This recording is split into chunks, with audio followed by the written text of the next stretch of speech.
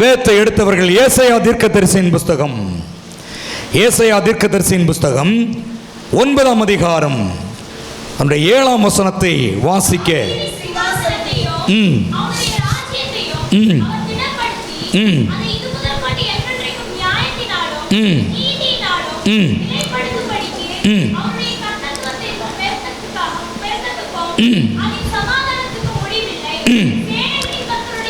நல்லா கவனிங்க, இந்த பாயிண்ட் எல்லாரும் கவனிங்க. சொல்லுங்க சிஸ்டர். சேனைகளின் கர்த்தருடைய வைராக்கியம் இதை செய்யும். இன்னைக்கு கர்த்தருடைய வைராக்கியம் உங்கள் நடுவில் அற்புதங்களை செய்யும். சாத்தானை நொறுக்கும், செய்வனை அழிக்கும், மந்திரங்களை உடைக்கும், வேண்டாத கட்டுகளை உடைக்கும், பலகீனங்களை மாற்றும். இது கர்த்தருடைய வைராக்கியம். தலைக்கு மேலாக கரங்களை தட்டி எல்லாரும் தேவனுடைய நாமத்தை மயப்படுத்துங்க.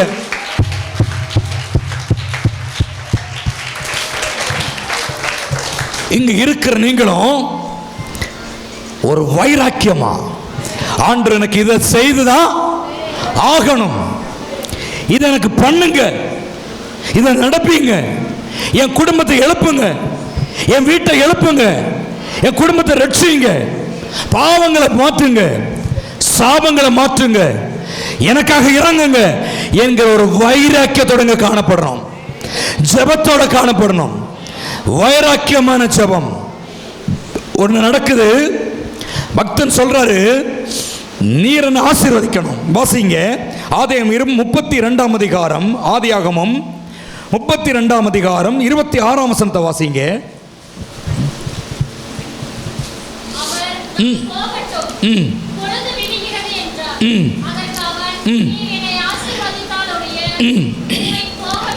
நீர் என்னை ஆசீர்வதித்தால் ஒழிய உம்மை போக விடேன். ஒரு வைராக்கியமான ஜெபம். அப்படின்னா நீர் என்னை ஆசீர்வதித்து ஆக வேண்டும். இங்கு இருக்கிற உங்களுக்கு சொல்றேன், இன்னைக்கு இந்த கடைசி நாள் ஜெபத்தில், இந்த பகல் வேளையில் ஆண்டவரே இன்னையோட இந்த ஜெபம் முடியுது, அடுத்து விட போறதில்லை, தொடர்ந்து உங்க ஊழியர் வச்சிருக்காரு. ஆனா இன்னைக்கு நீர் என்ன செய்யணும்? ஆசீர்வதிக்கணும். அல்லனா உண்மை நான் என்ன செய்ய மாட்டேன், விட மாட்டேன். அப்படி வைராக்கியத்தோடு முறுக்க பிடித்துக் கொள்ள வேண்டும். எத்தனை பேர் அந்த மாதிரி வைராக்கியத்தோடு இருக்கிறீங்க? முதல்ல பயத்தை எல்லாம் தூக்கி போடுங்க. போராட்டமாக ஒன்று நிற்க எடுத்து போடுங்க. இப்போ ஒரு வைராக்கியம் கொண்டு வாங்க. எனக்கு எது வந்தாலும், என்ன நடந்தாலும், எந்த பட்ட பெரிய பிரச்சனை வந்தாலும் நான் உம்மை விட மாட்டேன் ஆண்டவரே. ஏன்னா உமக்கிட்ட எல்லாவித ஆசீர்வாதமும் நன்மைகளும் இருக்கிறது, விடுதலை இருக்கிறது, ரட்சிப்பு இருக்கிறது. எங்க குடும்பத்துக்கு விரோதமா, எனக்கு விரோதமா எந்த சத்துரு இருந்தாலும் அதை விடுதலையாக்குற வல்லமை உம்முடைய வல்லமை. நீங்க வைராக்கியமா நான் ஜெபிப்பேன்னு உங்க மனசுல ஒரு தீர்மானம் பண்ண ஆரம்பித்த உடனே பிசாசு பயப்பட ஆரம்பித்து விட்டான். பொல்லாங்கன் பயப்பட ஆரம்பித்து விட்டான். சாத்ராக், மேசாக், ஆபேத்நேகோ பார்த்தீங்கன்னா வேதத்தில் பார்க்கும் பொழுது அவங்க 3 பேரையும் தீச்சூளையில எங்க எரிகிற அக்கிரிக்கத்துக்குள்ள தூக்கி போடுறதுக்கு வராங்க. யாரு? Shadrach, Meshach, Abednego. நீங்க இது 3 பேரும் தேவனுடைய பக்தர்கள் தான். அவங்க ஒரு இடத்துல சொல்றாங்க, நாங்கள் ஆராதிக்கிற எங்கள் தேவன் எங்களை தப்புவிக்க வல்லவராயிருக்கிறார். ஒரு வைராக்கியம், தப்புவிக்க வல்லவர். அப்படி தப்புவிக்கலனாலும் ஒன்ன நாங்க மதிக்க மாட்டோம், என் ஆண்டவருக்கு தான். ஒரு வைராக்கியம், பக்தியா இருக்கிறவங்க. வசனம் சொல்லுது, சங்கீதத்தில் 4ஆம் அதிகாரம் 3ஆம் வசனத்தை வாசிக்கும் பொழுது, பக்தி உள்ளவனை கர்த்தர் தமக்காக தெரிந்து கொண்டார் என்று அறியுங்கள். அல்லேலூயா சொல்லுங்க, எல்லாரும் சொல்லுங்க, நல்லா சொல்லுங்க. ஹல்லேலூயா. பக்தி உள்ளவனை கர்த்தர் தமக்காக தெரிந்து கொண்டார். நீங்க யாருன்னு தெரியுமா? நீங்க பக்தி உள்ளவர்கள். எது வந்தாலும் எங்க ஏசப்பா தான். பிரச்சனை கொண்டு வந்தாலும் ஏசப்பா தான். அலை அடிச்சாலும் ஏசப்பா தான். கடல் கொந்தளிச்சாலும் ஏசப்பா தான். பூமி குலுக்கம் வந்தாலும் ஏசப்பா தான். எது வந்தாலும் இயேசு என்கிற ஒரு பக்தி. உங்களை ஆண்டு தெரிந்தெடுக்கிறார். பக்தி உள்ளவனை கர்த்தர் தமக்கென்று தெரிந்து கொண்டார் என்று அறிந்து கொள்ள வேண்டும். நம்ம எல்லாம் சும்மா தெரிஞ்சு கொள்ளல. மேடையில் இருக்கிற பாஸ்டர்ஸ் எல்லாம் சும்மா தெரிஞ்சு கொள்ளல. பக்தி உள்ளவர்கள் அறிகிறார் ஆண்டவர். பக்தி உள்ளவனு தமக்காக தெரிந்து கொள்ளுகிறார். நான் பக்தி உள்ளவன், உங்களை அதுக்காக தான் ஆண்டவர் தெரிஞ்சிருக்காரு. நீங்க மறுதலிக்க மாட்டோம் அப்படின்னா ஆண்டவர் விட்டு ஓட மாட்டீங்கன்னு அவருக்கு தெரியும். மற்றவங்களை கொஞ்சம் பழக்க வைத்து கொண்டுறார். உங்களை வெகு சீக்கிரமாக கொண்டு வந்தார். இப்போ நான் பார்க்குறேன் ஒரு அபிஷேகம் அப்படி நதியாக உள்ள இருக்குது, நதியாக பாய்ந்திருக்குது, உங்களுக்குள்ள இறங்கி இருக்குது. இந்த அபிஷேக நதி சத்துருக்களை எல்லாம் நொறுக்கடிய செய்யும், சிதறியோடு செய்யும். இந்த அபிஷேக நதி பொல்லாங்கனை விரட்டி அடிக்கும். இந்த அபிஷேக நதி உன் குடும்பத்தை காப்பாற்றும். இந்த அபிஷேக நதி அநேகரை ரட்சிப்புக்கு நேராக அழைத்து கொண்டு வரும். இந்த அபிஷேக நதி தான் உங்களுக்குள்ளே ஓடிக்கொண்டிருக்கிறது.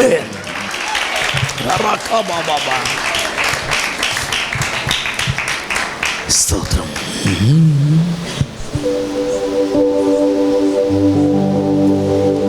ஒரு தரிசனத்தை பார்க்கிறேன். ஒரு ஆட்டுக்குட்டி பெரிய பள்ளத்தில் போய் விழுந்துச்சு.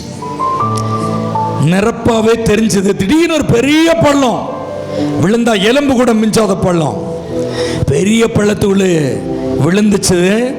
இதே இடத்துல இருக்கிற ஒரு குடும்பம் அதை பார்த்துட்டு, ஐயோ ஆட்டுக்குட்டி விழுந்துச்சு அவ்வளோதான் நினச்சிட்டு எல்லாமே போச்சு, அது செத்தே போயிருக்கும்னு நினச்சி நிற்கிற நேரத்தில் ஒரு கை அழகாக அந்த ஆட்டுக்குட்டியை கீழே இருந்து அப்படி தூக்கி மேலே கொண்டு வருகிற ஒரு தரிசனத்தை கர்த்தர் இந்த இடத்துல வெளிப்படுத்தி கொண்டிருக்கிறார். ஒரு சிலரை அழிவுக்கிறா போகிறவர்களை, அழிவுக்கிறா குடும்பத்தை கர்த்தர் தூக்கி எடுக்க போகிறார். ஆண்டவர் உயர்த்தி எடுத்துக் கொண்டு போகிறார். ஜீவனோடு கொண்டு போகிறார். உயிருள்ள சாட்சியாக வைக்க போகிறார். ஹல்லேலூயா.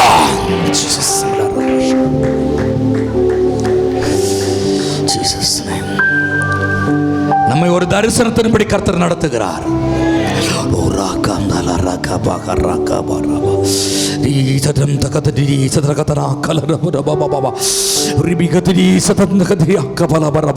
தேவ பிள்ளையே, சாத்ராக் மேசாக் ஆபேத்நேகோ போல ஒரு வைராக்கியத்தோடு ஒரு பக்தியோடு நீங்க காணப்படுவீங்கன்னா உங்க மூலமா அநேக ஆத்துமாக்கள், அநேக ஆடுகள், அழிந்து போக வேண்டிய ஆடுகள், அழிந்து போகிற குடும்பங்களை கர்த்தர் உனக்கு பின்னால தேவன் கொண்டு வர கிருபை செய்வார். உன்னுடைய பக்தி வைராக்கியம் இப்படிப்பட்ட காரியங்களை செய்யும். Thank you Jesus. Hallelujah, hallelujah, hallelujah. 60 அடி முழ உயரமும் 6 முழ அகலமும் கொண்டு ஒரு விக்கிரக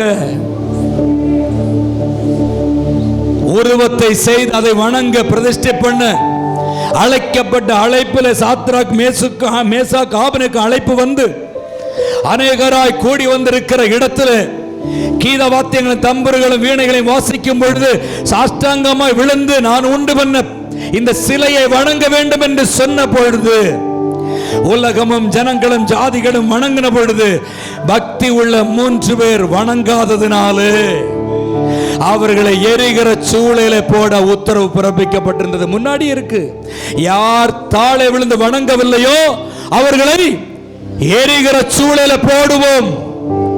அந்த கட்டளை பிறப்பிக்கப்பட்டிருந்தது. இங்கே 3 பக்தர்களை தூக்கி போட போகிறாங்க.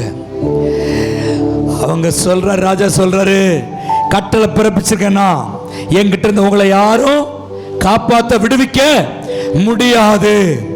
அப்பதான் இவங்க சொல்றாங்க, நாங்கள் ஆராதிக்கிற எங்கள் தேவன் எங்களை தப்புவிக்க வல்லவராய் இருக்கிறார். தானியேல் 3:17-18 பார்க்கும் பொழுது அப்படி தப்புவிக்காமல் போனாலும், அப்படி விடுவிக்காம போனாலும் நீங்க உண்டு பண்ணின அந்த விக்கிரகத்தை வணங்குறதுக்கு நாங்க ஆள் இல்ல. நாங்க செத்தாலும் ஆண்டவரத்தை ஆராதிப்போம். கர்த்தருக்குள்ள வைராக்கியமா இருப்போம். கர்த்தரையே ஆராதிப்போம். தேவனை துதிப்போம். பக்தர்களுக்கு தெரியும், பக்தர்களுக்கு தெரியும், இந்த இயேசு எங்களை கைவிடவே மாட்டார்.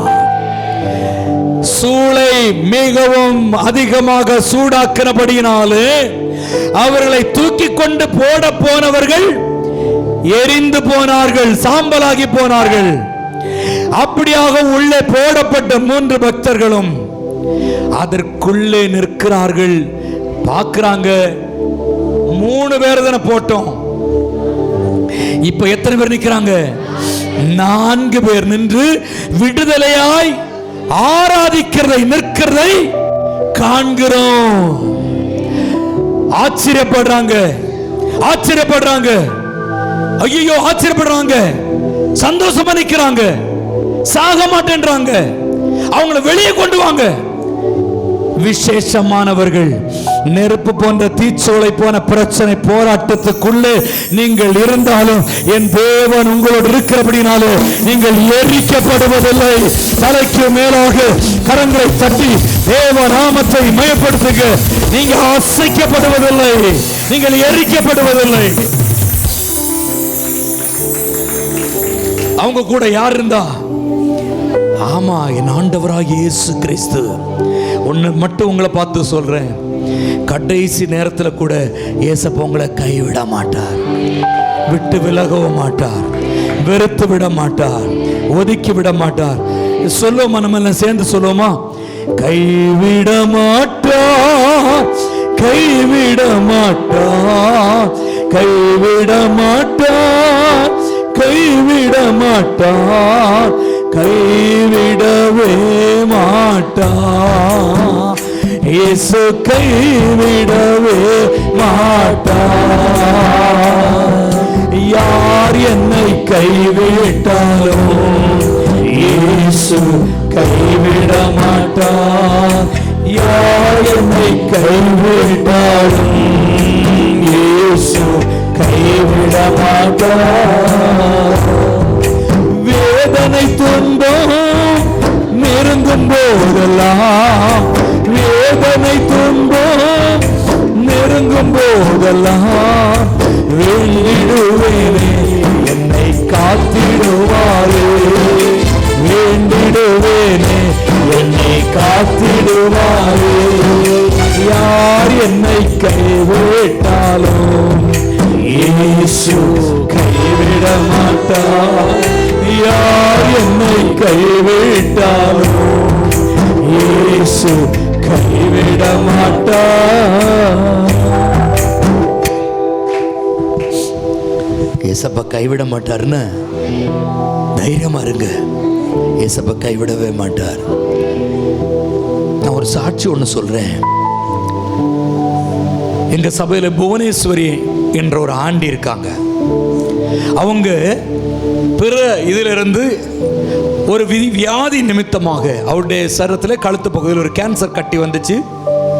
கட்டி, அந்த கட்டி வந்ததுனால ஹாஸ்பிட்டல் எல்லாம் ட்ரீட்மெண்ட் பண்ணி சுகமாகாமல் அது அதிகமானதுனால இயேசு கிட்ட கடைசியா எங்க சபைக்கு வராங்க. ஒரு ஆமென் சொல்லுங்க.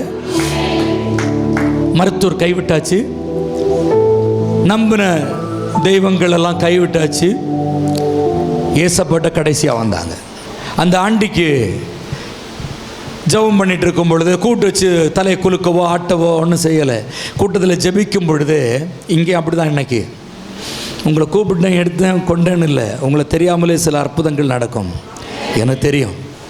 அப்போது அந்த ஜெபத்திலேயே ஏசப்பா ஒரு விடுதலை கொடுத்தார். அவங்க விசுவாசத்தின்படி விடுதலை கொடுத்து அவங்க கொஞ்சம் கொஞ்சமாக சுகமாக்கப்பட்டு பூர்ணமாக அந்த கேன்சர்லேருந்து விடுதலையாக்கப்பட்டார்கள்.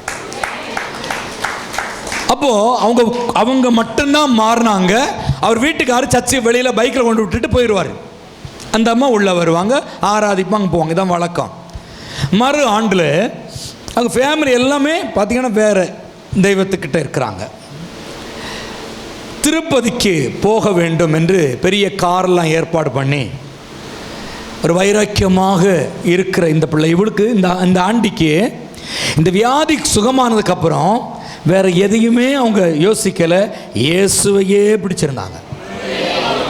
அதனால தான் அவங்க விடுதலையாக்கப்பட்டாங்க. அவங்களே சாட்சி சொன்னாங்க. இவங்க எல்லாம் திருப்பதிக்கு தெய்வத்துக்கு காணிக்க கொடுக்க வேண்டும் என்று சொல்லி, அந்த தெய்வம் என்று நான் சொல்ல விரும்பலை, ஒரு தெய்வத்துக்கு காணிக்க கொடுக்க வேண்டும் என்று சொல்லி எல்லாம் கலெக்ட் பண்ணி அவங்க ஃபேமிலியாக சேர்ந்து திருப்பதிக்கு போகிற ஒரு நேரம். அப்பொழுது என்கிட்ட வந்து கேட்டாங்க, ஐயோ இவ்வளோ தொல்லை பண்ணுறாங்க பாஸ்டர், என்னன்னே தெரில, ஆனால் எனக்கு பிடிக்கவே இல்லை அப்படின்னாங்க. நான் சொன்னேன், உங்களுக்கு சுகம் கொடுத்தது யார்? உங்கள் தெய்வம் இல்லையா? அவரை நீங்கள் முருங்கை பிடிச்சிக்கோங்க. கடைசியாக பயங்கர போராட்டத்தின் மத்தியில் அவங்க குடும்பம் எல்லாம் சேர்ந்து என்ன பண்ணாங்கன்னா, அவங்கள கொண்டு போயிட்டாங்க திருப்பதிக்கு. நடந்த சம்பவம், எங்கள் சபையில் நடந்த சம்பவம். டாட்டா சுமோவில் அவர்கள் 8 பேராக சேர்ந்து திருப்பதிக்கு போய்விட்டார். போனாங்க, இந்த அம்மாவை ரொம்ப காரியம் வற்புறுத்தினாங்க. இவங்க வெளியே நின்னா வண்டியில் இருந்துட்டாங்க. அதுக்காக அவர் வீட்டுக்காரர் வந்து அடித்தார், நிறைய அடித்தார். அதனால் அவங்க போகலை, வெளியே இருந்தாங்க. எல்லாம் முடிச்சுட்டு காணிக்கையெல்லாம் அவங்க போட்டதுக்கப்புறம் வண்டியில் வந்து ஏறி வர்ற வழியில் ஒரு பெரிய மரத்தில் போய் இந்த வண்டி அடிச்சுது. புரியுதா? இந்த வண்டி அடிச்சுது. இந்த வண்டி அடித்ததில் அந்த வண்டியில் இருந்த 7 பேருக்கும் கை 1 கால் இல்லை மண்டை இல்லை உடம்புல ஏதோ ஒரு எலும்பு உடையாதவங்க இல்லை 7 பேருக்கு எலும்பு உடைஞ்சது. இந்த புவனேஸ்வரி ஆண்டி உடம்பில் சரீரத்தில் தோலில் கூட ஒரு கீறலும் விழலை. தன் கணவனோடு சேர்த்து பிள்ளைகளையும் ஹாஸ்பிட்டலில் இந்த அம்மா தான் வச்சு பார்க்குறாங்க. வர்றவங்க எல்லாம் என்ன கேட்குறாங்கன்னா, உனக்கு ஒன்று ஆகலையா, உனக்கு ஒன்று நடக்கலையா, உனக்கு ஒன்று நடக்கலையா, அப்படி தான் எல்லோரும் கேட்குறாங்க. இவங்க சொன்னாங்க, நான் இருப்பது இயேசுவின் இரத்த கோட்டைக்குள்ள, அவர் என்ன பாதுகாத்தார். இந்த தெய்வனை எந்த காலத்தில் மறுதலிக்க மாட்டேன், நான் இனி அந்த இடங்களுக்கு போக மாட்டேன், நான் செத்தாலும் இந்த இயேசுவோடு தான் சாக போறேன். ஒன்று மட்டும் சொல்றேன், அவங்க வைராக்கியம் அவங்களை அந்த இடத்துல ஒரு சாட்சியா நிறுத்துச்சு. சில நேரங்களில் நீ வைராக்கியம் இருக்கும் பொழுது, புவனேஸ்வரி ஆண்டியோட வீட்டுக்காரர் வண்டியில வந்து அடிக்கிறாரு, சுமோல வந்து அடிச்சிட்டு போறாரு மேல. என்ன கூட எனக்கு இந்த வண்டியோட முடியட்டும் கதை, நீங்க என்ன வேணாலும் பண்ணுங்க, எனக்கு என் இயேசு முக்கிய. வைராக்கியம், அடிக்கிற இடத்துல வைராக்கியம். நான் உங்களை பார்த்து சொல்றேன், சில பிரச்சனைகளுக்கு சந்திச்சு வருவீங்க, வேற மாதிரி போராட்டங்களை சந்திச்சு வருவீங்க. அந்த இடத்துலையும் என் தேவன் தான் எனக்கு முக்கியம்னு இருப்பீங்கன்னா நிச்சயமாக உங்களை எந்த இடத்திலையும் ஒரு பலத்த சாட்சிகளாக தேவன் வைப்பார். தலைக்கு மேலாக கைகளை தட்டி ஆண்டுடைய நாமத்தை எல்லாரும் மையப்படுத்துங்க. தேவனுடைய ஆவியானவர் பலத்த துருகமாக, பலத்த வல்லமையாக உங்களுடைய இடத்துல இறங்கி வந்திருக்கிறார். ஆமென் சொல்லுங்க. ஒரு வைராக்கியம் உள்ளவர்களாய் இந்த கிராமத்துக்காக, ஆனா வைராக்கியம் உள்ளவர்களாக ஜெபிக்கணும். இங்க எந்த அளவுக்கு இந்த ஜெபம் நடக்கணும், இந்த ஜெபத்துல ஆண்டவர் இடைபடணும், எந்த தடையும் வரக்கூடாதுன்னு சொல்லி நீங்க வைராக்கியமா ஜெபிச்சீங்களோ, அதே விடையும் பல மடங்கு அதிகமாக இந்த கிராமத்து மக்கள் ரட்சிக்கப்பட வேண்டும் என்று நீங்கள் ஜெபிக்க வேண்டியது அவசியம். ஹல்லேலூயா, ஹல்லேலூயா. சத்தமா சொல்லுங்க, ஹல்லேலூயா சொல்லுங்க. உங்களை குழிய ஒன்னே மட்டும் தரிசனமா சொல்றேன், உங்களுக்கு ஒரு பெரிய குழி ஆயத்தம் பண்ணி வச்சிருக்கிறது உண்மை. அந்த குழி பயங்கர ஆழமா இருக்கிறது உண்மை. அந்த குழியிலிருந்து நீங்க மீண்டு வர முடியாது என்கிறதும் உண்மை. ஆனா ஒரு அற்புதம் என்னன்னா, நீங்க அந்த குழியில விழாதபடிக்கு நீங்கள் விலகி பக்கமா போவீங்க. யார் குழியை வெட்டினார்களோ அவர்கள் அந்த குழியிலே விழுவார்கள். நீ விழுவதில்லை, என் தேவன் அப்படி விட்டு கொடுக்க மாட்டான்.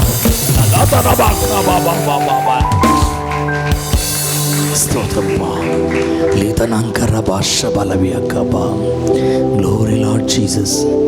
ஏசப்பா உமக்கு ஸ்தோத்திரம் ஆண்டவரே. நல்ல தெய்வமே உமக்கு ஸ்தோத்திரம். அருமையான இயேசுவின் பிள்ளையே, ஆண்டவர் உங்களை அநேகரை தூக்கி எடுக்கிறத நான் பார்க்கிறேன்.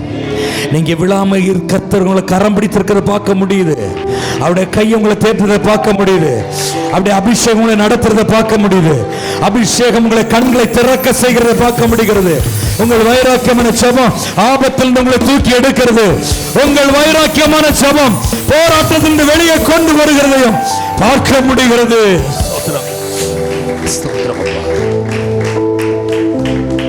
நேற்றை கூட மாலையில பார்த்தேன்.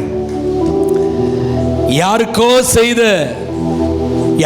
செய்த போட்ட மந்திரத்தை தாண்டதுனால, ஏவலை தாண்டதுனால நீங்க நோயாளியா வந்திருந்தனால இங்க பார்க்க முடிஞ்சது. இந்த பகல் காலம் உங்களுக்கு சொல்றேன், நீ தாண்டது சரி, உன்னை பிடித்து கொண்டதும் சரி, உனக்கு பலன் இல்லை, தாக்கு பிடிக்க பலம் இல்லை. ஆனா இப்போ இந்த நேரத்தில் ஆண்டவர் என்ன சொல்ற தெரியுமா? பலன் இல்லாதவனுக்கு பலத்தை தருவேன், சத்துவமற்றவர்களை சத்துவத்தை பெருக பண்ணுவேன், என் நீதி என் வலது கரத்தினால உன்னை தாங்குவேன், நீதி என் வலது கரத்தினால உன்னை ஏந்துவேன். ஹல்லேலூயா, ஹல்லேலூயா. தேவனுடைய பிள்ளையே, தாவீது பார்த்தீங்கன்னா ஒரு வைராக்கியம் உள்ளவனாக காணப்பட்டான். கர்த்தருடைய நாமத்தை குறித்த ஒரு வைராக்கியம் அவனுக்குள்ள இருந்தது. இங்கே ஏலா பள்ளத்தாக்குல ஒரு சம்பவம் நடக்குது, யுத்தம் நடக்குது. எதிர நிக்கிறது பெரிய கோலியாத்து, பலசாலி. எதிரில் நிக்கிறவன் பலசாலி. கோலியாத்து பயங்கரமான உருவம் கொண்டவன், யுத்த வீரன், எல்லாம் அறிந்தவன். தாவீதுக்கு எந்த வித்தையும் தெரியாது. சொன்னான் தாவீது வைராக்கியத்தோட, நீ வாளோடும் ஈட்டியோடும் உன் சுயத்தை நம்பி வர்ற, நானும் சேனைகளின் தேவனாகிய கர்த்தருடைய நாமத்திற்கீழே வரேன்.